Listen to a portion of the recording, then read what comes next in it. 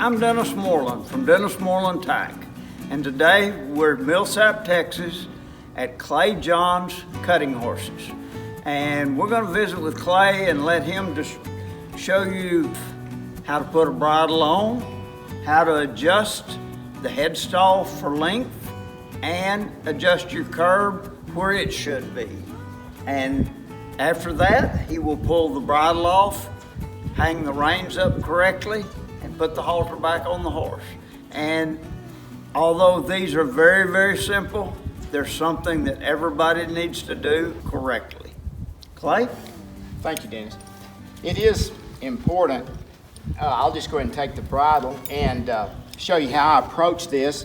I'll just hang the bridle over this arm, and I'll go to the horse to get this halter removed, and I'll unbuckle it, stay really close to him, and I'll just slip it around his neck like this so that I still have a hold of him. Got the lead shank here where I won't drop it on the ground. Now I've got my reins set just like they're going to be when I get on the horse. I'll go over his head here between his ears to take the top of this headstall, come down here to hold the curb out of the way, get him to take the bit, come over the left ear, and then the right ear. Okay, now this headstall's just a little bit tight for this horse, so I'm going to adjust it some, drop it down just a little bit. Still looks a little bit tight to me, pulled up in the corner of his mouth pretty high right there. Okay, now, Jack Brainerd said wrinkles in a horse's mouth don't feel any better than wrinkles in your mouth. That's right, Dan. And so I can still get a thumb up underneath this headstall on the top and then relax it back in his mouth. And he said wearing that pretty comfortable. I don't want it just hanging in his mouth, but I don't want it up too high. Okay, now I'm gonna adjust the curb. We've got the bridle secure, and I'll pull this back and see how much slack I've got. And it looks to me like that might be a little loose, so I'm gonna snug it one notch and test it again. Okay, it's got good release to it. There's a little bit of room under here. When the bit's relaxed, when I pull it back, it takes a hold. So I think I've got it about right now. That the bit has to give the horse a signal before the curb touches his jaw. So if you've got it up against the jaw, the curb will be against his jaw, and the horse hadn't gotten the signal from the bit. Right, that's exactly right. Okay, now I'm ready to take the halter off and hang it out of the way. I'll just hand it to Dennis. Okay, now when I go over the neck with the reins, I like to be sure that they're not twisted, that everything's straight. These are brand new, awesome reins. If you've never owned a real good pair of reins, you're missing something. Look at the thickness in the rein on the tail. This is the butt of the hide, and this gives you the communications with your horse.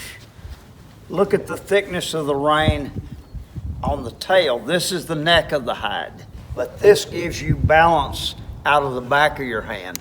If we split that off and they were some same thickness, you wouldn't get any feel out of the back of your hand. That's exactly right. You need a little weight at the ends of your reins, like Dennis said, to give you balance. And to what he was referring to, the feel between your hand and this bit, it is a very, very big, especially for a cutting horse, because we ride our horses with a slack rein, so we like to have a little weight and some body to that rein, not a real flimsy kind of a rein, something that's got a little body to it. But not a real stiff rein either. Not stiff, yes, They've got to have some movement to them. Correct. Now, as we begin to take the bridle back off the horse, I'll show you how I hang my reins up so that they don't get kinked. These reins, if you let them get twisted, well then you lose the benefit to a certain degree. So I go back around the neck with a halter, secure it back on here, and then I come off the left ear and I hold it. I don't let it just fall out of his mouth.